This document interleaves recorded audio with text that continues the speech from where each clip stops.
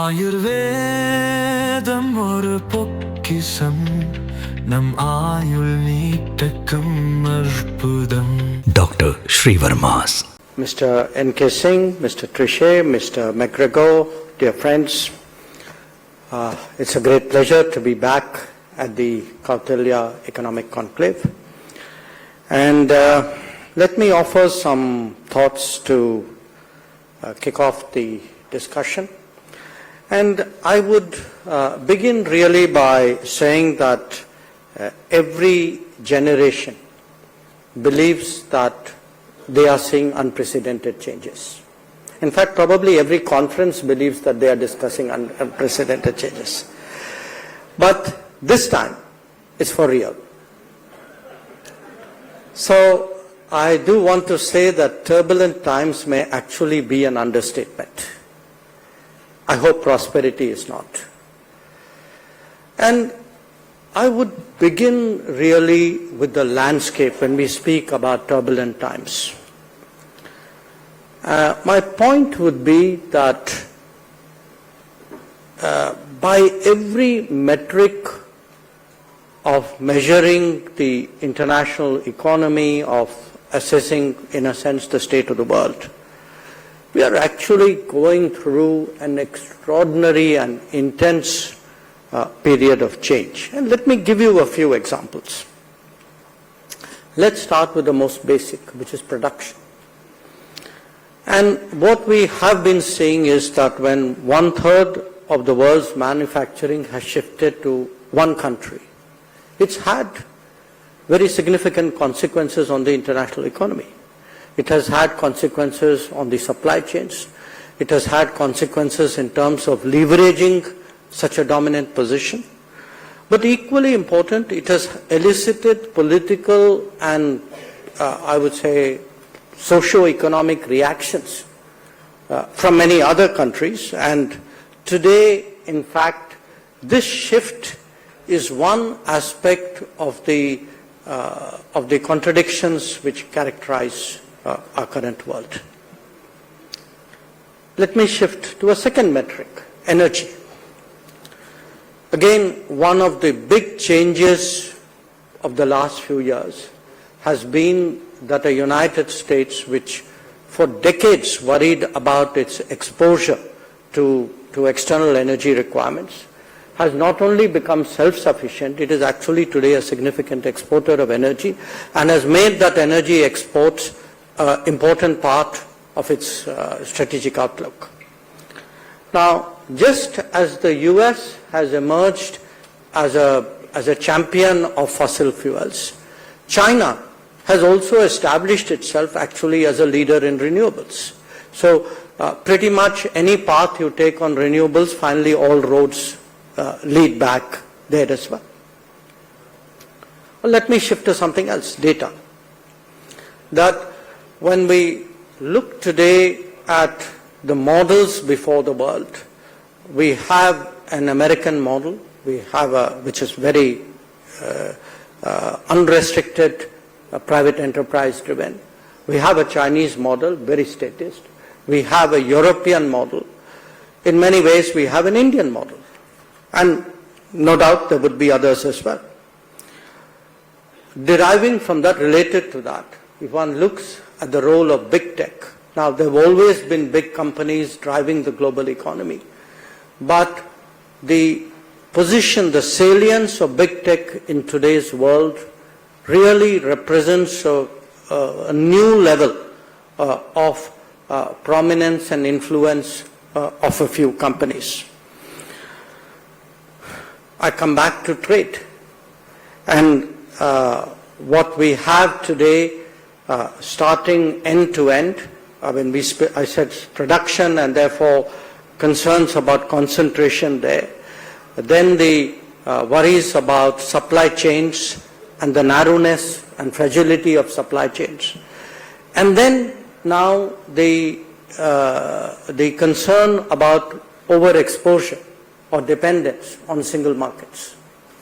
So really end to end today, it looks much more anxious than it did a few years ago. a different dimension is connectivity, where we have new routes which are being built, some man-made, some being opened up by nature, and which have really, particularly the polar route, the ability really to revolutionize logistics as we know it currently. And when it comes to finance, what we have seen in the last few years is, of course, a completely different level of application of sanctions. We have even seen the seizure of sovereign assets. We have seen the advent of crypto. So, as I said, by every metric, even in terms of resources today, the competition for rare earths and critical minerals is become a very major factor in competition between nations. And what it has also seen in parallel is a return of technology controls which people thought was beyond them, behind them in the era of globalization. When it comes to mobility, demographic demands are competing today with social reactions to mobility. And there is a tension there which is playing out in different societies. And of course, the nature of weaponry, the nature of war has today fundamentally changed. We have seen that in multiple conflicts, starting with Azerbaijan, Armenia, Ukraine, Russia, Israel, Iran. So, contactless war, often with standoff weapons, but which can have a very impactful, sometimes even a decisive outcome. These are today the characteristics of this landscape of these turbulent times. And of course, the sentiment which characterizes these turbulent times is a growth in the opposition to globalization in many parts of the world. Now, it's not just that all of this is happening. All of this is also happening in a very short time frame. So, the intensity of these multiple happenings actually converging on the global economy at the same time. This is today actually setting into motion a paradoxical situation where on the one hand the very factors which I referred to encourage higher risk taking. At the same time, because of the consequence of this, there is a serious effort also to de-risk every facet of both politics and economics. So this playing out of, it's almost like you're raising the height of the trapeze and removing the safety net with each passing day. And that is really today the state of the international polity. Now, the strategic consequences of this, I think, are quite obvious. We have seen a weakening, sometimes even discarding of international regimes and rules. We have seen economically that cost may not any longer be the definitive criteria, that ownership or security or reliability, resilience is equally important. We have seen politically that alliances and understandings are being revisited. We've also seen in a few cases, in the cases of really the major polities, that their belief in balance of power is probably much less. They seem to think they may not need the rest of the world as much as they did before. So if they have margins of power, they're prepared to exercise those margins in pursuit of their policies and actions. We have therefore seen overall the global needle move much more towards competition and away from compacts. And that global needle is moving because there is today a tendency to weaponize almost everything.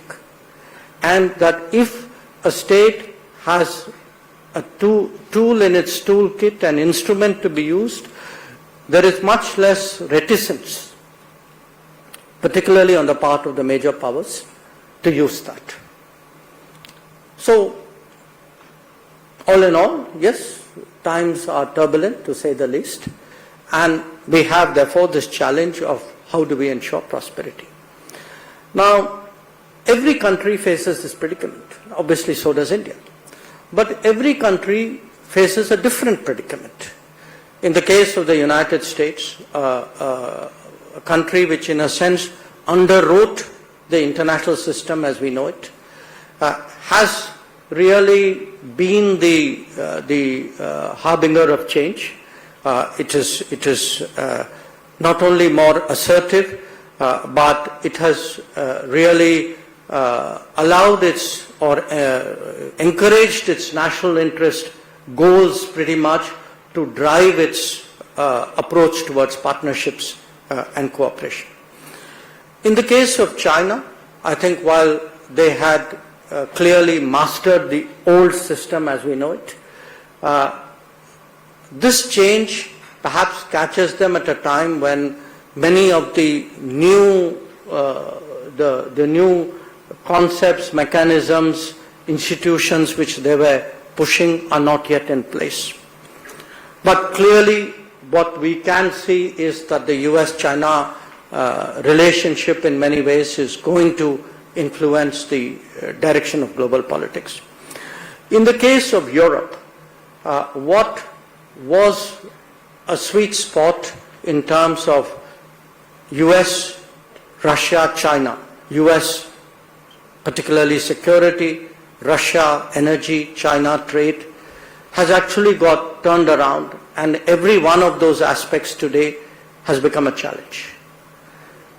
In the case of East Asia, I think for a geography like ASEAN, being caught between US and China is a very difficult predicament.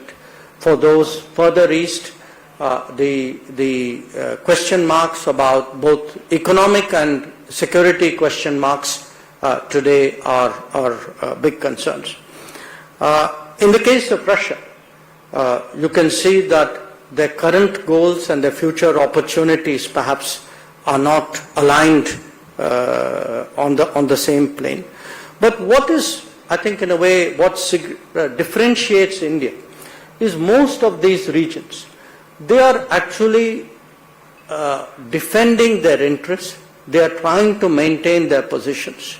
Whereas the challenge for India is how to go beyond that how do we rise in these turbulent times? Because for us, just defending what we have is simply not good enough.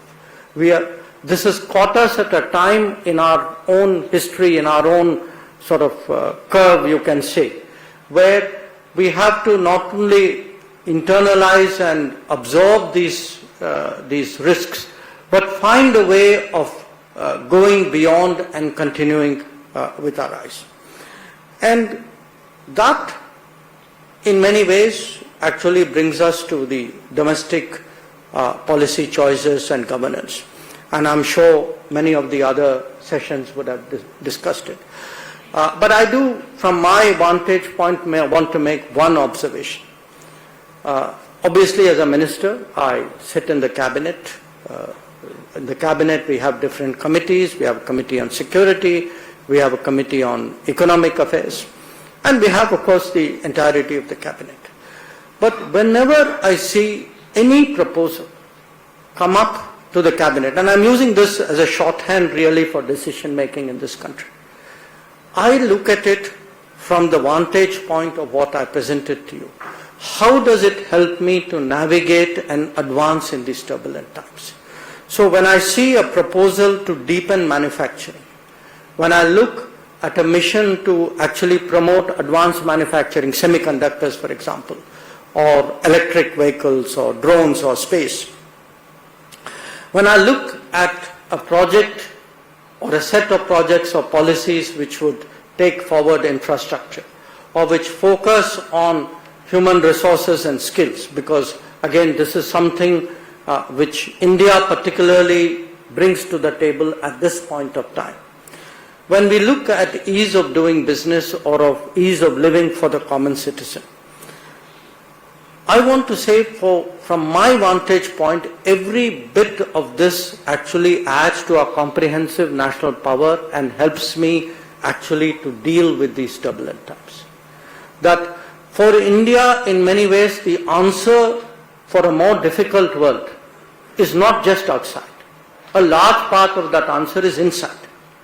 That if we can get, our human resources better developed, if we can get our infrastructure moving faster, if we can get manufacturing to deepen more, if we can get new trade flows, because I think given the volatility, the uncertainty that we have seen this year, it is very clear that there is a very strong case really to diversify further the trade account as well.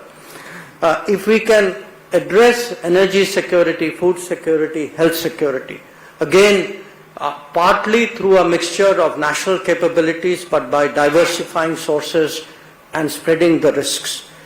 This is really today a strategy for India to pursue.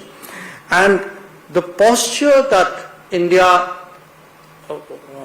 adopts, and to my mind it's a common sense posture, is really to have as many productive relationships as possible, but to make sure that none of them are exclusive and result in the denial of opportunities in other relationships. So how do we actually practice this multi-alignment or this multiple relationships with different agendas and with different partners, sometimes in different regions? This is really the external challenge. The internal one, of course, is to improve every dimension of our comprehensive national power. And in my view, we've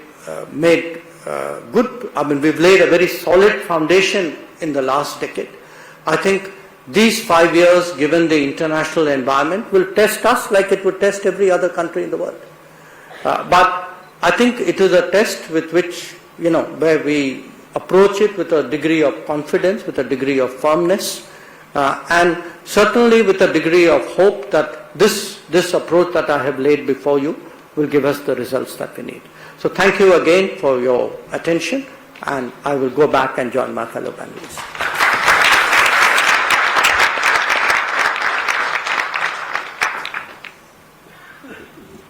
Well, thank you very much, Foreign Minister, for a very broad range of sweeping comments which covers the entire gamut of issues.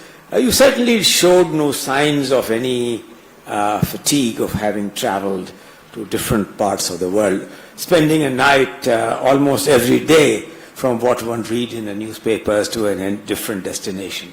Let me ask you a couple of questions, if I might, and then, of course, we'll request the panelists to add their comments and then request you for you. So the first and foremost is that we seem to have axiomatically taken that regional multipolarity is a reality. And now, multipolarity, is that an answer to effective international relationship? Is that a requiem of the old world order? Little earlier, very, very strident remarks are made about the future of the Bretton Woods, or the future of the WTO, indeed, or the future of the United Nations itself as a product of the Second World War.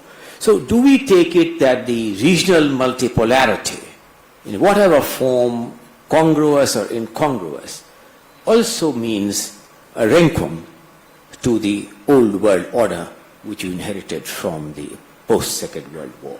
That is my first broad suggestion to you.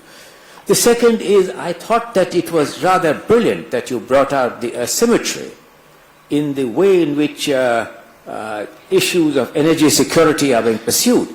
The United States, which was at the front line of ask and seeking renewable fuels, is now gone back to fossil fuel.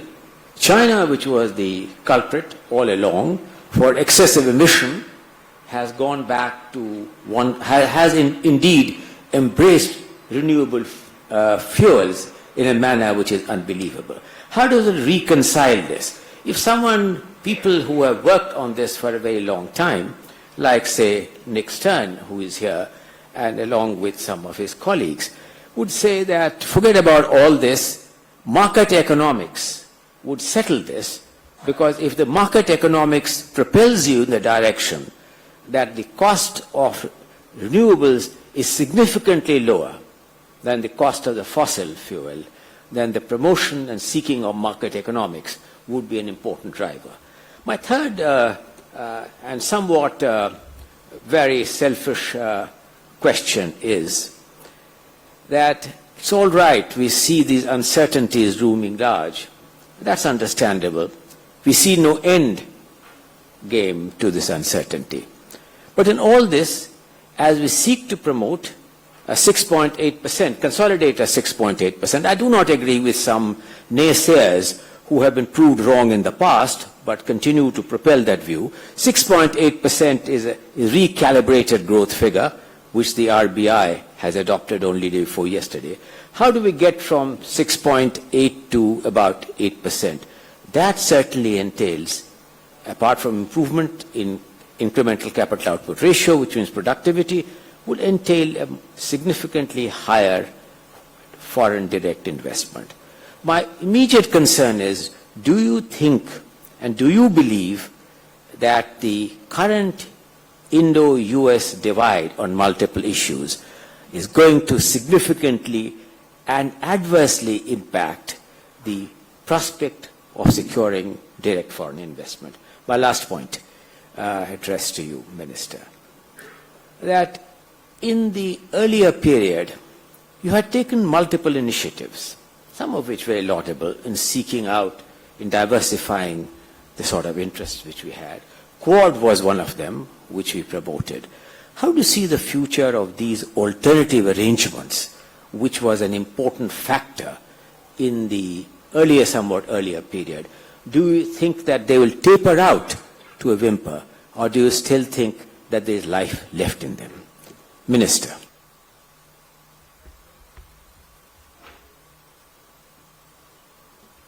I think each one is a subject for a lecture, but let me start with the multipolarity. You know, multipolarity is partly happening, but multipolarity partly has to be built. That individual countries have to make efforts to actually build their strength. All of it will not happen by itself. Now, I say that because, again, multipolarity sounds a very neat quantitative description, that if there were X number of powers, now there'd be 3X or 4X or whatever it is. It's far more complicated than that, because what we are also seeing in many cases is a tendency for, in different regions, for the regionally influential set of countries or a single country to actually take a lead. So you are seeing the old order actually mutate in different ways. It is partly fragmenting, it is partly multiplying, it is partly decaying. You know, all of this is really happening at the same time. So multipolarity somehow suggests that, you know, we're going to have a very neat movement into the next phase. I'm afraid it's actually probably going to be a longish, messy twilight zone with many things happening in many regions, often contradictory to each other. On the energy question, again, I mean, today, of course, you could argue that you know, at a time when you have price caps on energy, when you have sanctions on energy, when you have subsidies on renewable, I'm kind of scratching my head and wondering, where is market economics in all of this? So I think when you have, again, a world where trade, the central subject, you know, consideration of trade has now become tariffs. Please explain to me, you know, where comparative advantages and competitiveness go. So it's not just the basics of politics that we are revisiting. In many ways, it is also the basics of economics. On the India-US issues, look, we have today issues with the United States. A big part of it is the fact that we have not arrived at a landing ground for our trade discussions. And the inability so far to reach there has led to a certain tariff being levied on India. In addition, there is a second tariff which we have said, we publicly said we regard it as very unfair, which has picked on us for sourcing energy from Russia, when of course there are other countries who have done so, including countries who right now have a far more antagonistic relationship with Russia than we do. So I don't want, I'm not minimizing the issues, but I don't think we should take it to a point as though this is going to percolate to every dimension of the relationship and there is something very fundamental at stake there. I think we need to see this in proportion. There are problems, there are issues, nobody is in denial of it. Those issues need to be negotiated and discussed and resolved, which is exactly what we are trying to do. But I would really sort of hesitate to read very much more into it than the issues themselves. I think I also want to say a large part of the relationship is actually continuing either as business as usual or in fact in some cases even doing more than it was doing before. And the final question on the Quad. This year we've had 2 meetings of Quad foreign ministers, which one in January, in fact it was the first meeting after the Trump administration came to power, and one in July. Quad has a sort of a bureaucratic structure at different levels, in different dimensions, people engage with each other. That continues. So Quad is alive and Quad is well. I want to make that point. Again, when times are turbulent, when there are challenges, it's important to read both the landscape in a responsible manner and to assess that particular problem in the context of that landscape. So I would caution against both extremes, either complacency or denial and saying the problems don't exist and everything is okay, or to suggest that things are catastrophic when they are not. Thank you very much, Foreign Minister, because those are very candid comments to somewhat provocative questions from me, deliberately so, because they would like to be potential investors, would like to be assuaged that our reform trajectory, which we are currently engaged in, will take us in ways which this could be reinforced by external factors as well, including the fact that you mentioned that there may not be much of an impact, what I draw on the investor confidence. It would be a burst of adrenaline to potential investors, both domestic and foreign. On this issue which you mentioned, Minister, about market economics, I'm sure that this will come up in the question-answer session. Thank you very much for those comments. I now request Jean-Claude Trichet, a very, very eminent central banker, perhaps not to ask your questions, Jean-Claude, only from the vantage point of your central banking, but in the wider canvas in which you have seen many of these economic and political factors at play. Thank you very much indeed, and thank you for having invited me in this marvelous colloquium. I was very impressed by what the Minister said, and I have to say that I felt myself very much in line with most of his remarks, particularly on the remark that every generation think that things are changing extremely rapidly during his own time, but it is true that there is an acceleration, and I can be I would say confirming that when I look at what happened over the last 25 years, from my own standpoint, global economy, global finance, monetary policy, since the beginning of the century until the great financial crisis, we had a period which was considered wrongly so by a large bulk of, I would say, economists, observers, and market participants as being a period of great moderation. We had found the best way to deal with inflation, growth. We had steady growth without too much volatility, with price stability.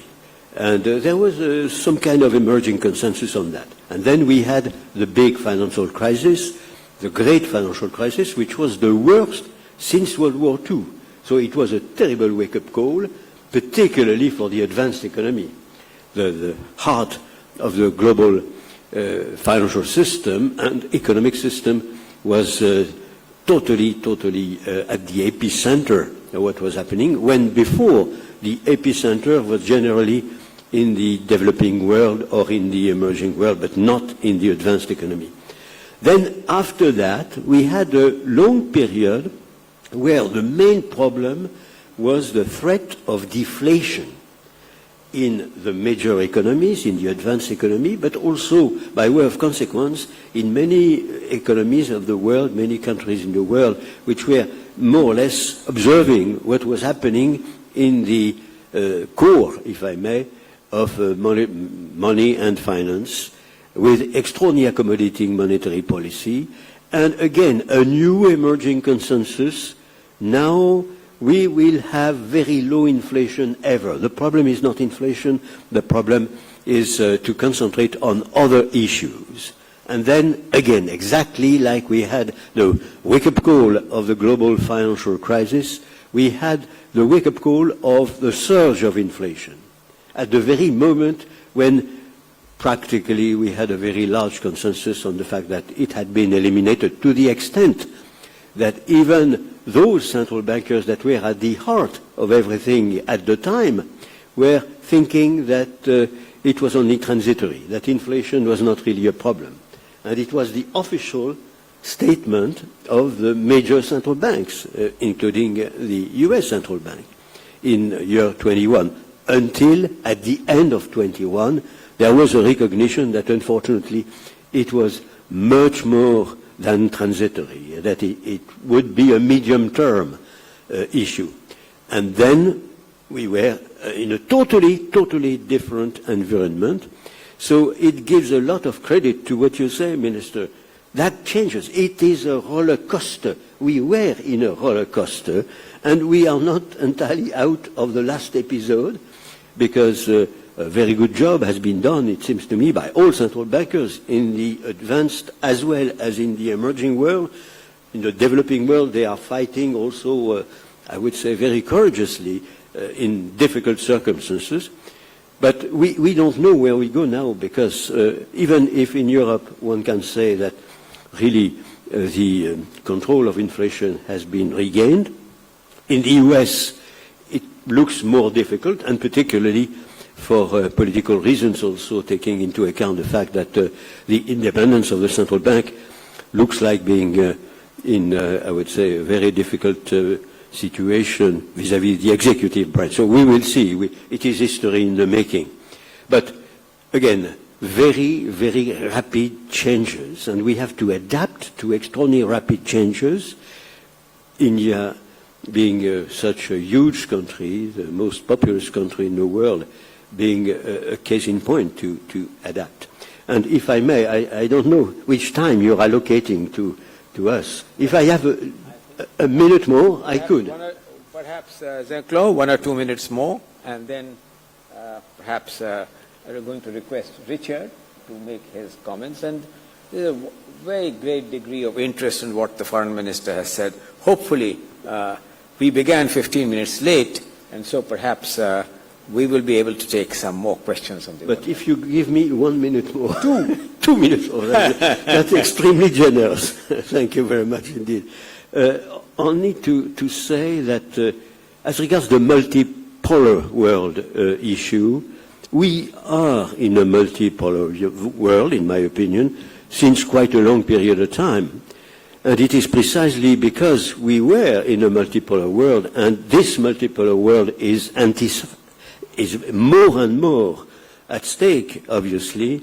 We need more, even more than in the past, solid multilateral institution and rule-based agreement to run the global economy. So I don't draw the consequence from the multipolarity that is emerging strongly.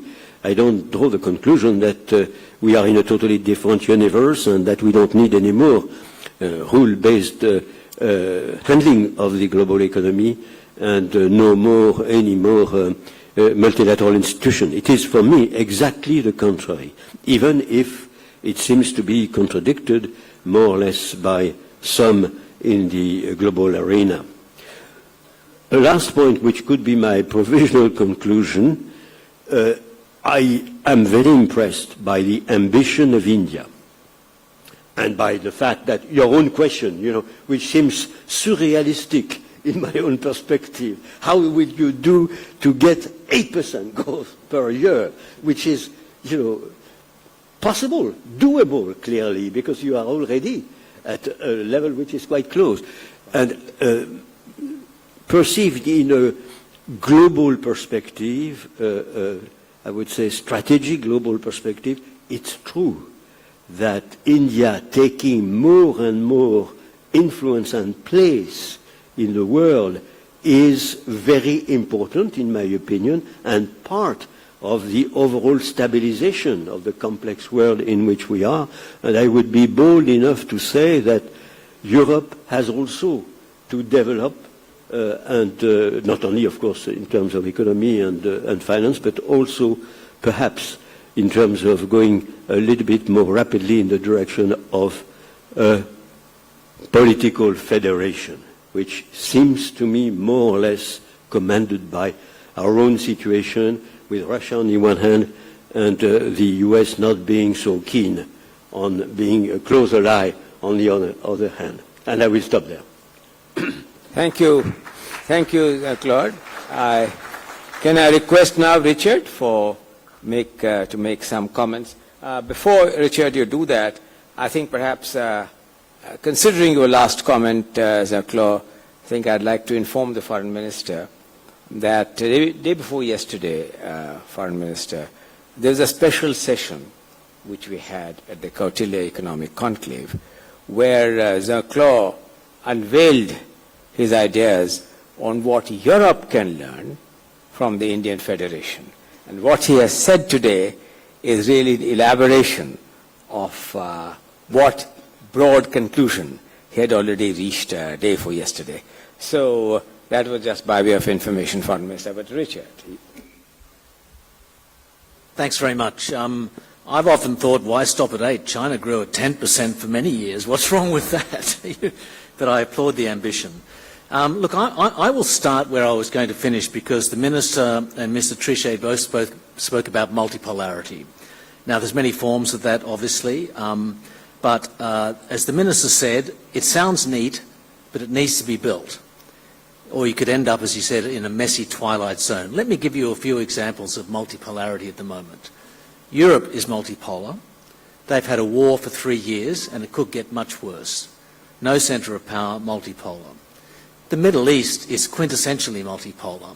You've got Israel, Iran, Saudi Arabia, and so forth. They've also had a war for about 3 years or however long, continuously. No real centre of power. What about the Asia-Pacific? And I'm not speaking here about India. We often read that the Asia-Pacific is the cockpit of global tensions, a fuse waiting to be lit, etc. But the Asia-Pacific, in fact, hasn't had a big, long war for a long time. Thailand and Cambodia had a border skirmish. Recently, that was one of the wars Mr. Trump claimed to have stopped. So why is Asia, in fact, the exception when we keep being told it's, so volatile? And I think the reason is because Asia is bipolar. It's the US and China which far outrank all the other powers in the region. And I think that's a big reason why the Asia-Pacific has prospered been peaceful. Of course, it's peaceful until it's not, and I'll come back to that. But it's worth mentioning here that, this is here in India. India, I think, is a pole of its own, one that's getting stronger. Most countries are never going to be superpowers. Most countries don't have anything like 1 billion people in them. So they have to be much more agile in how they're managing the new circumstances. My personal motto that I apply to Australia, I think also applies to many countries. We have to build internal resilience and external options. And that's a real challenge. And that, by the way, is why India is so important these days for countries which are caught in the middle of the US-China contest. On the US-China contest, I think you've probably been to many conferences where you've heard about the Thucydides trap, the so-called idea that a rising power inevitably is going to fight with the established power. I want to say, by the way, that word Thucydides, if you're doing an after-dinner speech, don't try and say that word after you've had a few drinks. But I think that framing is wrong for the moment we're in. And I think Thucydides said something else which was much more apposite. And to paraphrase what he said, it's dangerous to build an empire. It's even more dangerous to give it away. And that's really where we're at with the United States at the moment. Donald Trump, has the odd sort of imperial spark, so he can show the world how powerful he is by bombing this, that, or the other country. But essentially, he's turning his back on the world that the US built and the imperial role that was embedded in that. Now, I don't want to blame all the problems in the world on Trump. He was obviously right to be concerned about European defence spending and national security spending. Trump is not the only person, isn't leading the only country to have had concerns about Chinese trade practices. There is a joke about Trump that he's the wrong answer to the right question. But, it's important to remember the question. Donald Trump was not created in a test tube. He's responding to real-world circumstances, and that's why he's been so successful. So the key question, I think, with Trump is how we should benchmark his policies and what that means for China and other countries. I mean, if you'd asked me 10 years ago, I would have said that the US was a predictable power, China unpredictable. These days, it's the opposite. I think China is a very predictable power. We know what they want. They want to be a globally dominant tech power. They want to do to the US what they think the US is trying to do to China, leverage with controlling technologies. That flows into, I think, the second objective, which is separate but related. China wants to be the dominant power in the Asia-Pacific. So everybody has to take account of their interests in every decision that they make. Now, to me, there is nothing remotely surprising about that ambition. In fact, it would be strange if it were otherwise, given China's history and size. The US, I think Trump has become unpredictable by design. You can argue this unpredictability is tactical. In other words, the direction of policy, at least in trade, is relatively clear. How he gets there, not so much. In fact, the funny thing is that Trump's diplomacy, I think, what does it remind you of? It reminds me of the old Chinese imperial system of tributary diplomacy. In other words, the emperor would demand that people come to court, give him gifts, and once they'd given him gifts and sort of, confirmed their inferior status, they would be, patted on the head, allowed to go away and live in peace. Trump is doing much the same. I don't know how else you describe the sort of conga line of people going to the White House, knocking on the door and offering them deals. I mean, it's humiliating, but it's meant to be. And the one country that ironically has not played that game is China itself, because China has leverage, in this case critical minerals, and it's using them. Trump is playing a tariff game, China is playing a supply chain game, and I think that is far more effective. Not too much longer. I think Trump has two aims. That's to cut imports, and on that I think he will probably fail, or he'll fail on reducing trade imbalances. His second is that he wants other countries to pay more for their defence or pay more to the US if they're providing security. And I think in that case he might succeed. I was in Taiwan recently at the headquarters of a big tech company, and the head of that tech company said something like this about Trump and the US and defence. He said, it's like somebody was guarding your factory for 40 years for free, and now they want to be paid. And we're not quite sure how that occasion will play out. I'll have to cut my remarks. So China has proved it has a lot of leverage at the negotiating table. Sure, its economy is growing more slowly. It remains robust. Its military capabilities are expanding. Diplomatically, its convening power, I think, is greater than ever.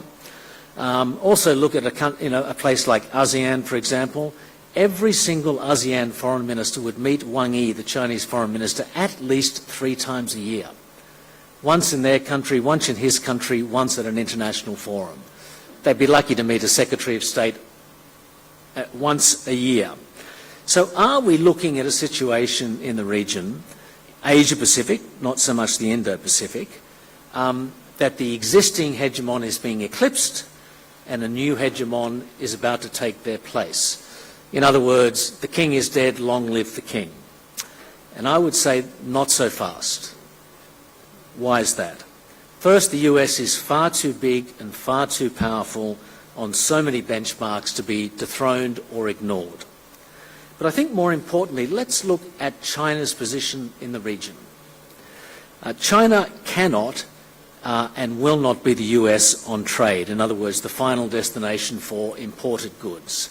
China's imports have been flatlining lately. It's mainly raw materials and intermediate goods. Its exports have been booming. China will have a global trade surplus this year of about $1.2 billion. So that is the reverse of the United States. China will not be the final point of demand, as you might expect a big economy to be. Secondly, look at the geopolitics. The US is a resident power in Asia, but it has no territorial disputes in Asia, obviously, because its landmass is a long way away. Look at China, and I'm not talking about continental China here and India. Look at maritime China. China has disputes of different kinds with South Korea, Japan, Vietnam, Malaysia, Indonesia, Brunei, the Philippines, and that's without even mentioning Taiwan. Now, all of those disputes have their own history and dynamic. There are many other cross-claimants in the South China Sea. But even so, does that sound to you like the foundation for a sort of happy hegemonic arrangement? I don't think so. And then there's the issue of trust. Certainly Donald Trump is doing a good job of destroying trust in the United States, but I think the antagonism towards the US is more directed at Trump rather than at the US. If you took Trump out of the room, it's possible things would change, as it did with Biden. You wouldn't get a snapback on trade, but you might get a snapback on regional security. China, by contrast, struggles to build trust. And as Joseph Liao said in a session yesterday, look at the South China Sea. China scores lots of tactical victories, and it promotes them with vigour. We have a minute. I'm going to finish in less than that. Lots of tactical victories, but lots of strategic losses as support for it in the region drains. So that's why when you look at the US giving up its empire, you don't hand over to another hegemon, you in fact create a vacuum. And that's indeed why we're in such a dangerous moment. Thank you. Thank you very much. Those are absolutely fascinating remarks in many ways. With your indulgence, Minister, since a wide variety of interests and since we began, we have roughly 10 minutes for question and answers. Time to take 4 questions. Nick, you are first to go. Nick.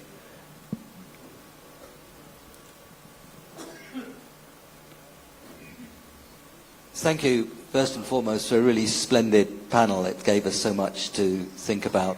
I wanted to pose my question to Minister of External Affairs, but to pick up on a question essentially which NK began.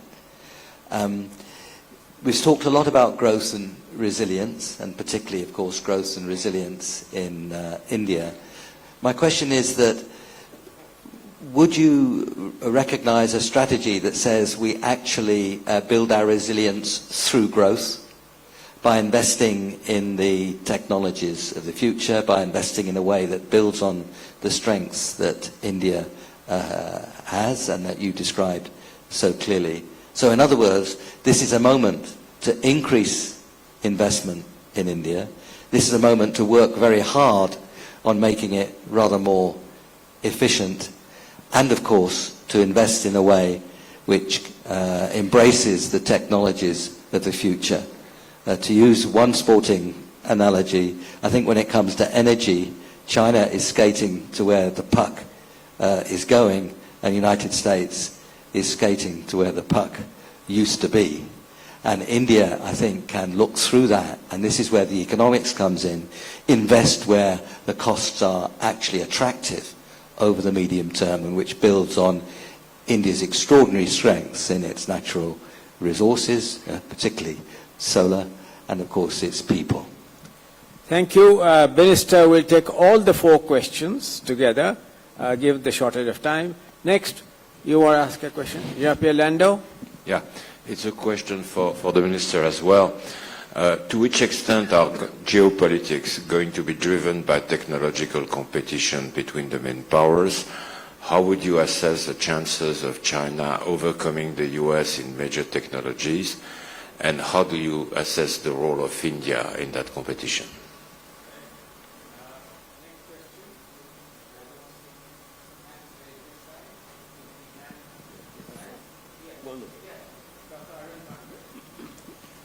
So I want to pose a hypothetical. The case on tariffs in the United States is in the Supreme Court, and we'll probably hear it sometime during this month. Suppose that the Supreme Court rules against President Trump and says, well, you really don't have this power. How do you see that impacting both India and the rest of the world? Thank you. Last question, Dr. Rakesh Mohan. Thank you. Thank you very much, Honourable Minister, for really a very thoughtful and thought-provoking address. There was a mention of India diversifying its trade, given what's happening with the US in particular, I would suppose. How do you see the prospects of India diversifying its trade more towards Asia? And given that the huge trade deficit we have with China, the only way in some sense to go for diversifying trade with China is for us to be exporting more to them. And do you see any prospects for that? And do you see any possible segue towards India possibly thinking of proceeding towards joining the CPTPP? All right. Minister. Okay, I'll make my comments and perhaps my fellow panelists would like to add to it. Yes, this is with regard to Nick's question.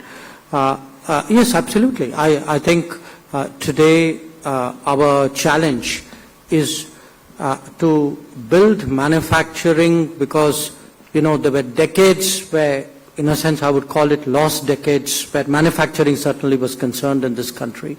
So we have to play catch-up in many areas, but not play catch-up in a way in which we miss the contemporary opportunities. So if you look today at the kind of policies the priorities which the government is pushing, so you look at semiconductors, you look at electric vehicles, you look at renewables, you look at drones, I think we need to do both advanced manufacturing as well as, you could say, orthodox ones and try to get the optimal mix of it. And you have to do that because at the end of the day, it is technology which is going to make a big difference. And certainly when one looks at the promise of potential of AI, for me this year, probably, I was at Munich the day J.D. Vance delivered his famous speech.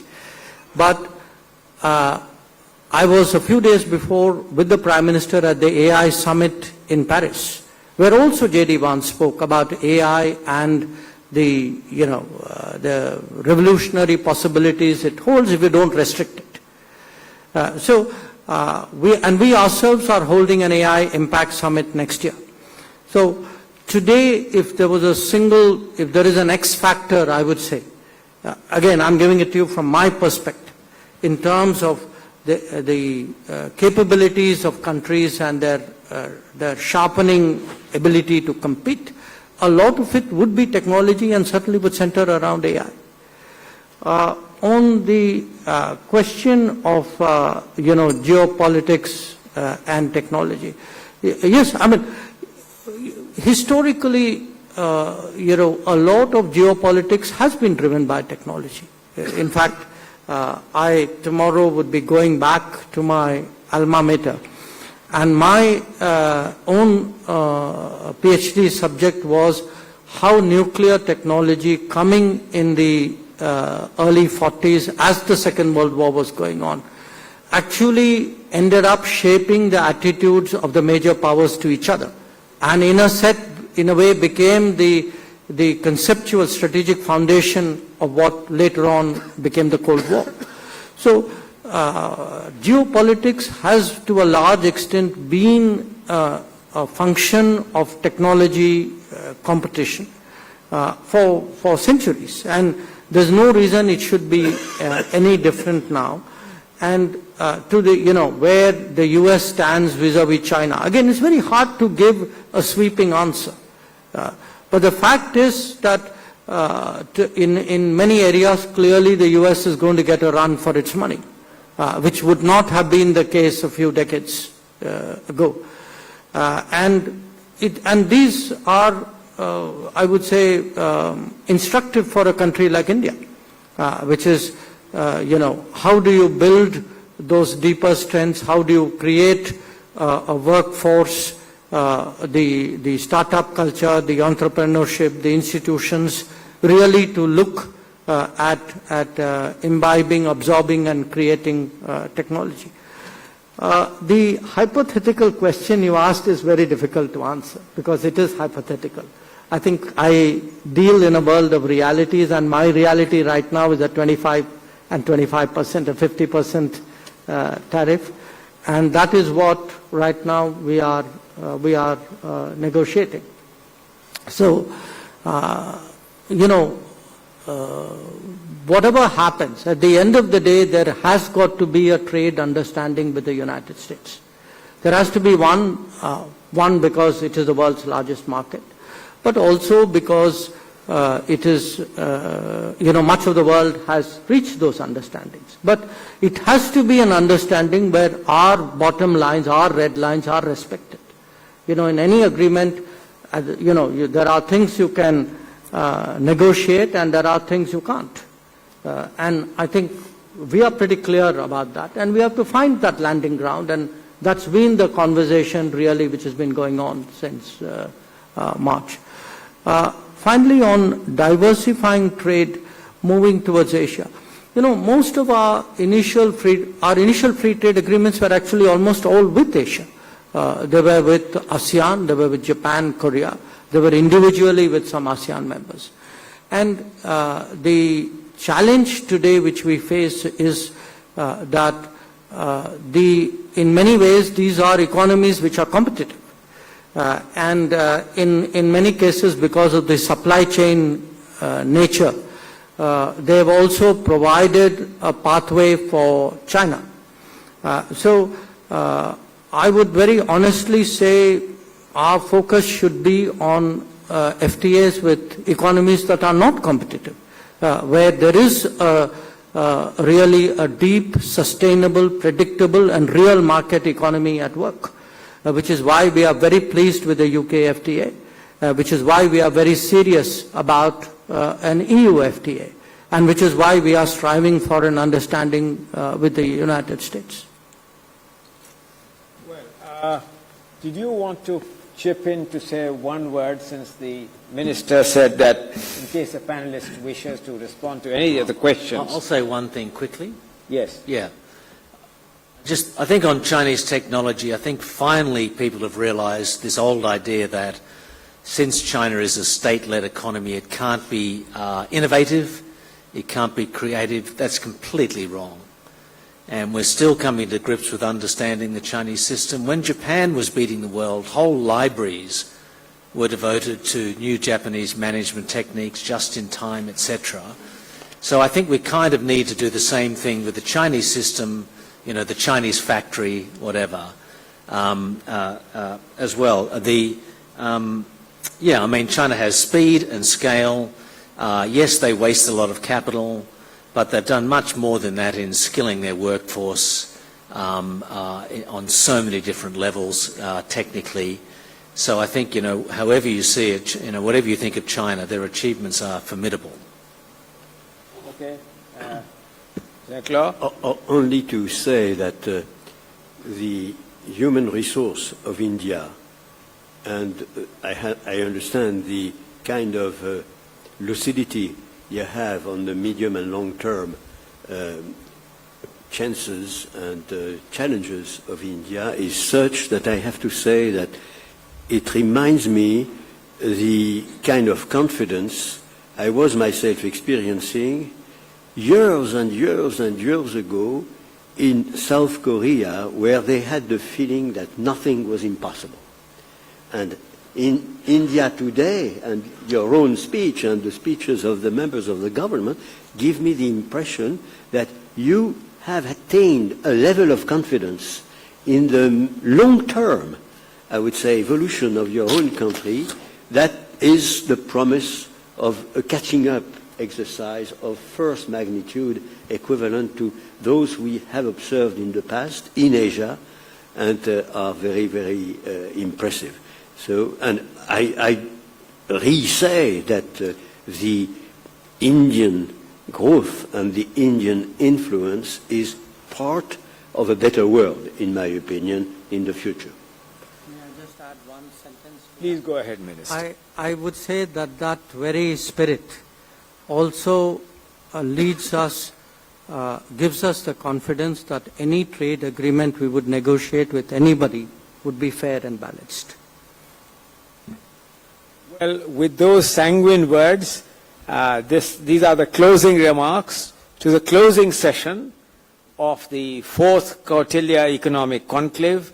We end with a degree of optimism, not only emanating from what the earlier interventionist has said, but with the Foreign Minister agreeing fully with what Chanakyaa has said, namely that the voice and confidence of India would be decisive as a contributor to global prosperity, of which India would also be a beneficiary. So thank you very much, Foreign Minister, for the honor you have done, and thank you for your continued support.